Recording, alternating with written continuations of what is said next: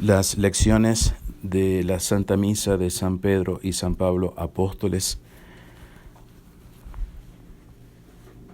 Lección de los Hechos de los Apóstoles. En aquellos días, el rey Herodes Agripa echó mano a perseguir a algunos de la iglesia, degolló a Santiago, hermano de Juan, y viendo que agradaba a los judíos, mandó también prender a Pedro.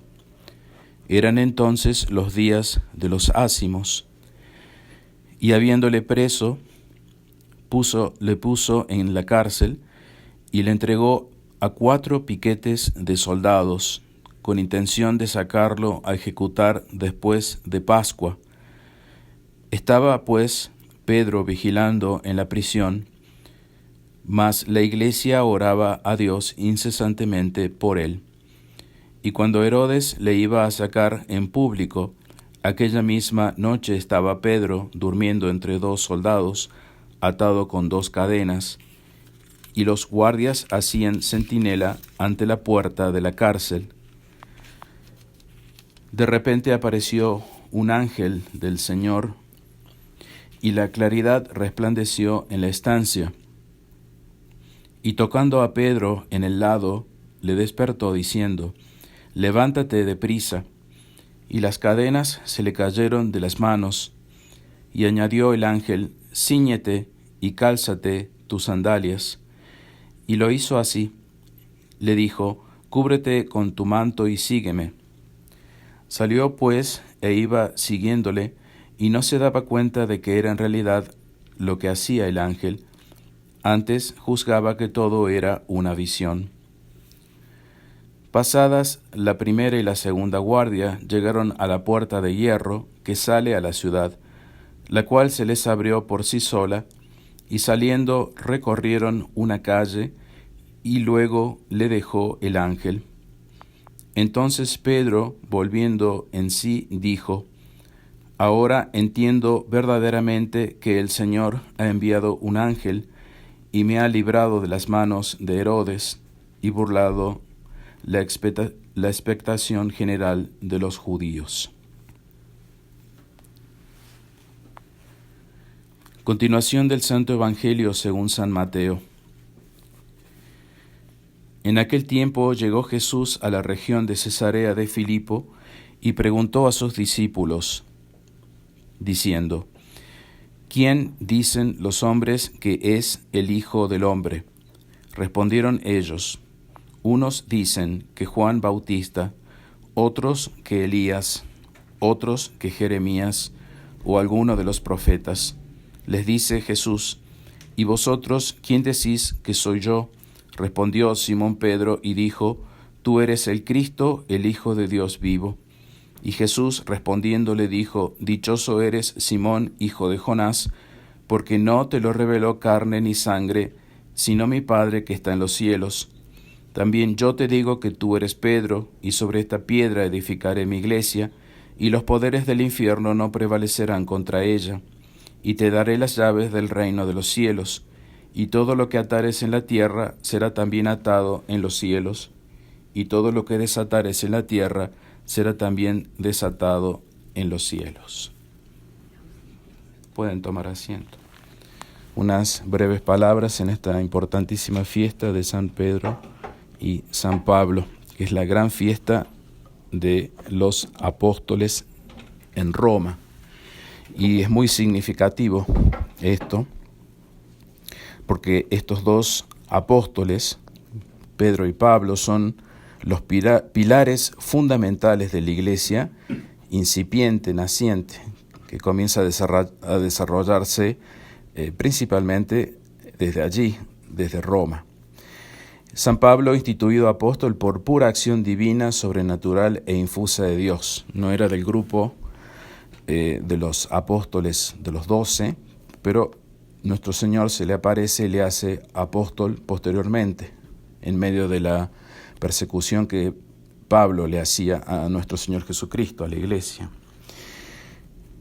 San Pablo es el gran apóstol de los gentiles, incluso enfrenta a él a San Pedro, saliendo en defensa de los gentiles, ya que San Pedro se dejaba llevar un poco por los judíos que habían sido convertidos al cristianismo, pero que creían que todavía debían mantenerse sujetos a las leyes o algunas prácticas del Antiguo Testamento, como la circuncisión, y querían imponer esto sobre los cristianos, pero venidos de los gentiles.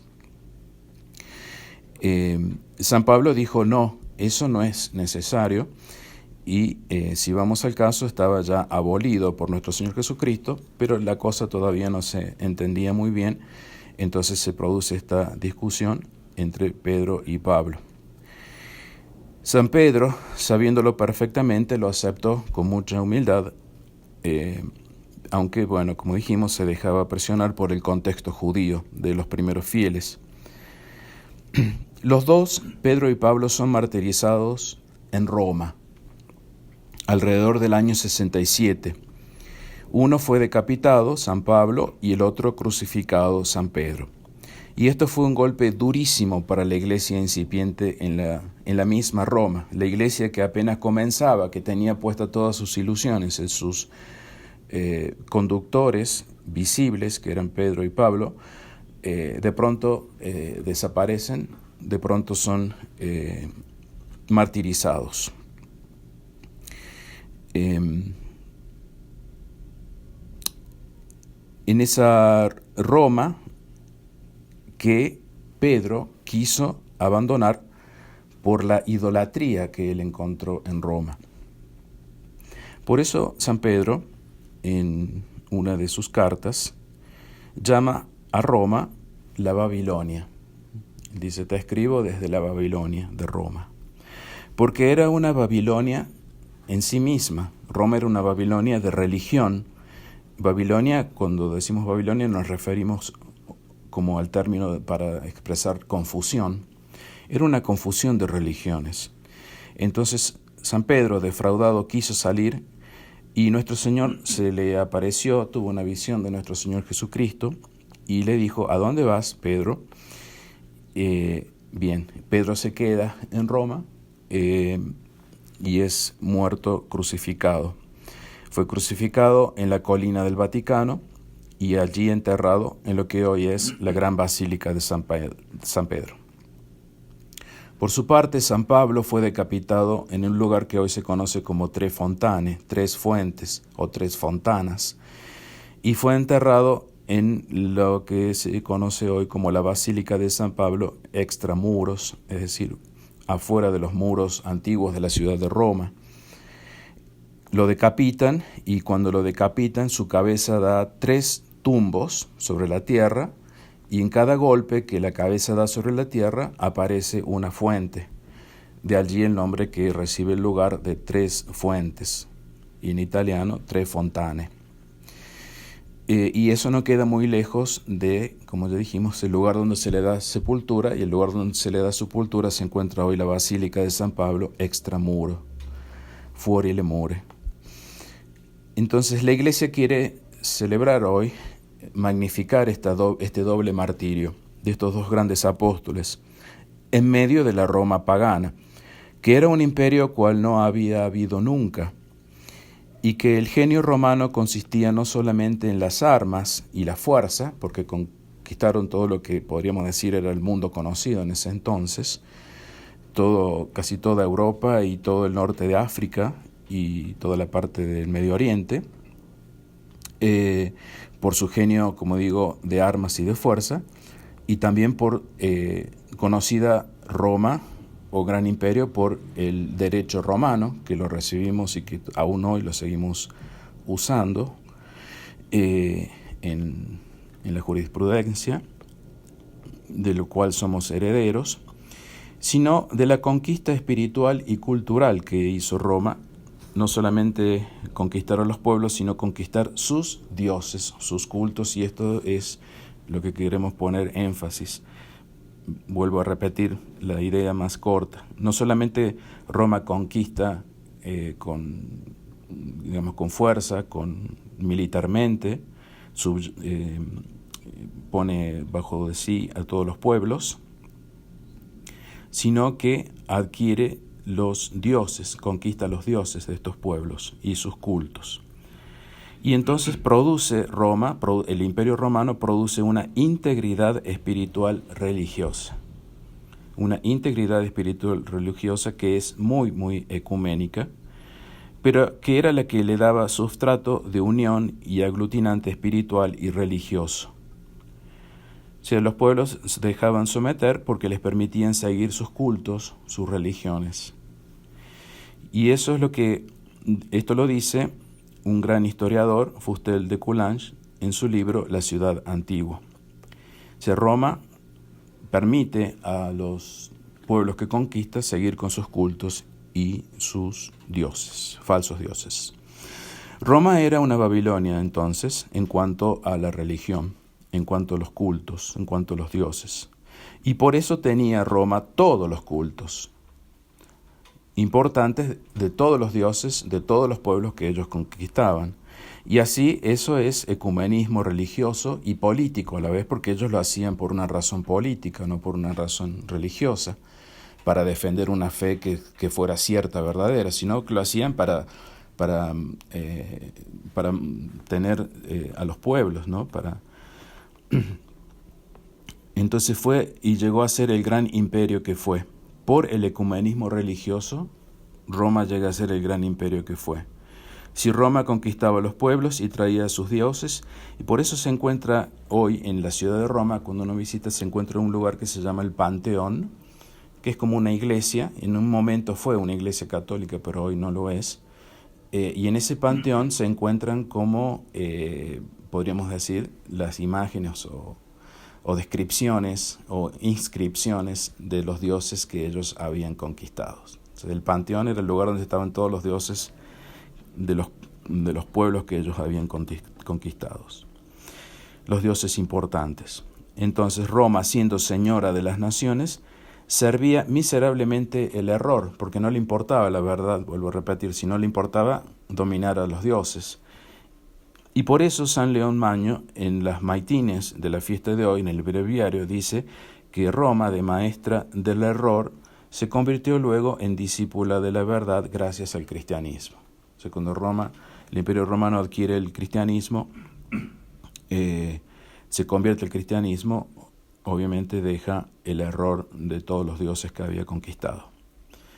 Esa gran gloria de Roma pagana estaba basada en esa política de conquista de los pueblos a través de la religión, del culto que profesaban, y así se creaba un lazo espiritual, y por eso podían venir gentes desde lejos, venían a Roma y encontraban cada uno su Dios privilegiado, y eso fue el genio político religioso del ecumenismo romano. La Roma pagana, el Imperio Romano, se consolida bajo ese ideal ecuménico de absorción y conquista de los dioses de los pueblos que conquistaban, dice este historiador. El pagano era religioso, no es que no creía en un dios, creía en un dios falso. Y lo que pasa que, y por creer en ese dios falso, Roma le permite seguir creyendo en ese dios falso y los aglutina bajo el Imperio Romano. Y podemos entender así las palabras de San León Magno en el breviario de las lecciones de maitines de hoy, como de maestra del error, enseñoreada sobre todas las naciones, se hacía sirvienta del error y se glorificaba de tener una gran religión, que era la conglomeración de todas las religiones que había conquistado, porque no escatimaba ningún error, ninguna idolatría, y esa era la grandeza de los romanos paganos. Y eso lo dice San León Magno. Entonces, maestra del error, no escatimaba ningún error, tenía todos los errores, ninguna idolatría, tenía todas las idolatrías, todas las herejías, podríamos decir, y esa era la grandeza de Roma pagana. Roma, el Imperio Romano, reposa sobre un ecumenismo religioso político, con una religión que no escatimaba ningún dios importante, y así se hizo el centro del imperio y del culto religioso del mundo. Por eso San Pedro la llama Babilonia y por eso San Pedro se quería ir.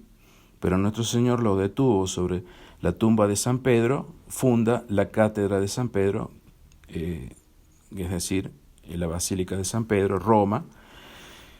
Y la cátedra de San Pedro entonces se funda allí, no en Antioquía, aunque la cátedra de San Pedro pasó por Antioquía, anteriormente, pero como de paso, y también la Santa Iglesia celebra la cátedra de San Pedro en Antioquía, pero nuestro Señor Jesucristo establece como de manera definitiva y establecida la cátedra de San Pedro en Roma.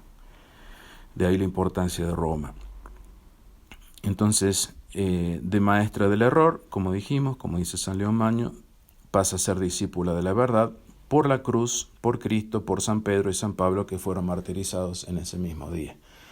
Si el martirio de San Pedro y San Pablo no fue en vano, sirvió para esa glorificación de Roma por tantos siglos, 2000 años de Roma, como maestra de la verdad en el mundo, como luz de la verdad del mundo.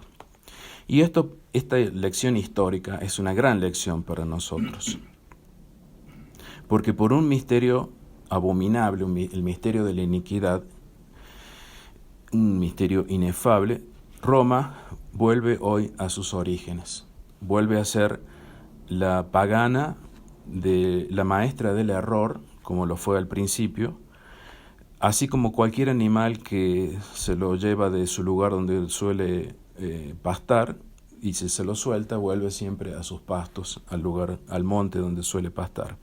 Y eso lo dijo Nuestra Señora de la Salette: Roma perderá la fe y será la sede del anticristo. Si la gloria de Roma, la pagana, fue el ecumenismo político y religioso fundamentalmente, Babilonia, que era la confusión de religiones, donde todo Dios importante se adoraba, si esa Roma se cristianizó, ¿qué pasa si esa Roma se descristianiza? Pasa lo que pasa hoy, vuelve a lo mismo. Y tenemos como por arte de magia instaurado en Roma el reino del anticristo.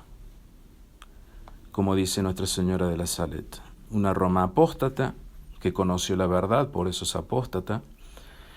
Roma perderá la fe y será la sede del anticristo, dice Nuestra Señora. Los romanos con ese ideal de imperio ecuménico y político, y el anticristo en su doble versión religiosa y política. Por eso el falso papa, que gran parte de la humanidad lo considera el papa católico, el falso papa hoy es el hombre político más importante de este globo, porque todos los reyes van y le rinden pleitesía al falso papa.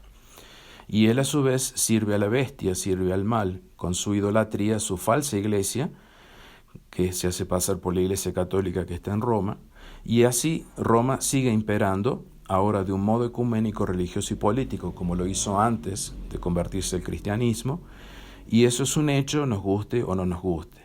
Y eso de que siga imperando con su mentira, con su falsedad,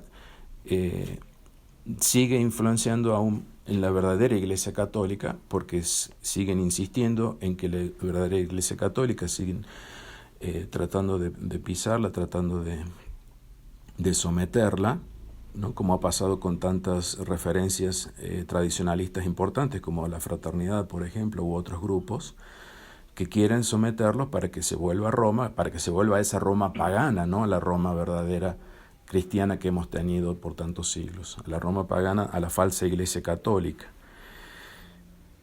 Bien, entonces, ¿cómo poder explicar todo eso? Tiene que haber una razón teológica, porque hay un plan de Dios, hay un designio de Dios detrás de todo eso. La mentalidad pagana, de la Roma pagana, no fue reprimida católicamente en su totalidad, y hoy ha vuelto a resurgir por esa defección, por esa de la verdadera fe de los hombres de iglesia, ha vuelto a resurgir y se está imponiendo nuevamente, como bien lo sabemos. La iglesia entonces de los gentiles, que es Roma, venidos de la barbarie, por haber dejado a Cristo, se vuelven a ser bárbaros, como habían sido antes, al principio. Y por esto es gravísimo lo que hoy acontece. Y todo esto está profetizado. Encontraré, cuando vuelva, fe en la tierra. Ahora bien, ¿qué pasa con la iglesia? ¿Encontraré a la iglesia? Nuestro Señor Jesucristo no dice esa pregunta, pero podemos hacerla nosotros. ¿Encontrará fe en la tierra? Sí, va a encontrar muy, muy poca fe en la tierra. ¿Y a la iglesia le encontrará? Sí, la va a encontrar, porque dice en el Evangelio que hemos leído hoy, las puertas del infierno no prevalecerán sobre la iglesia. La iglesia está. Como dice Santo Tomás de Aquino, no quiere decir que no haya herejías. La iglesia está y estamos rodeados o influenciados totalmente de herejías, como la tesis. Apostasías, vemos cómo nuestros hermanos se caen, se van cayendo, se van alejando por las herejías, por las barbaridades que hacen, porque no saben dónde están parados. Ellos mismos se delatan, no saber dónde están ubicados, no entender bien el problema, no entender bien la teología, la filosofía y los elementos que le podrían servir para luchar y defender su fe. No se defiende la fe, sino que se hace compromisos. En eso estamos. Pero eso no quiere decir que la iglesia no esté. Quiere decir entonces que a pesar de las herejías, de las apostasías, de la última apostasía en la que estamos, universal, la iglesia no perecerá porque es divina. Es la institución de Dios, de nuestro Señor Jesucristo. Y su cabeza es Cristo Rey. Lo que perece, lo que está pereciendo son los hombres de iglesia que se apartan de la verdadera fe. Eso es todo. Pero la iglesia sigue intacta, aun cuando sea el mínimo de los mínimos, aun cuando sean 2 personas nada más. La iglesia está allí. No puede ser que la cátedra de la verdad, que es la iglesia, se apague o se obnubile totalmente, porque hasta las piedras hablarían, o como sucedió en el Antiguo Testamento, Dios haría hablar hasta la burra de Balaam, ¿no? De Dios se sirve de todo para seguir con su iglesia adelante. Hay una importante cita del cardenal Pi que dice que en estos últimos tiempos la iglesia va a ser reducida a proporciones domésticas e individuales. Eso lo dice el cardenal Pi. Muy, muy interesante porque es lo que vemos que está sucediendo. La iglesia reunida en casas de familias, obispos sin catedrales, sacerdotes sin parroquias, etc. No podemos más que hacer nuestra profesión de fe en pequeños círculos familiares y aún así con muchísima, muchísima dificultad. Es decir, lo que quiere decir el cardenal Pi aquí, la iglesia queda reducida a sus proporciones domésticas individuales, es que no se puede actuar más allá de lo doméstico en materia de autoridad. Y eso también lo estamos constatando. Cuando el lobo o cuando el pastor se convierte en lobo,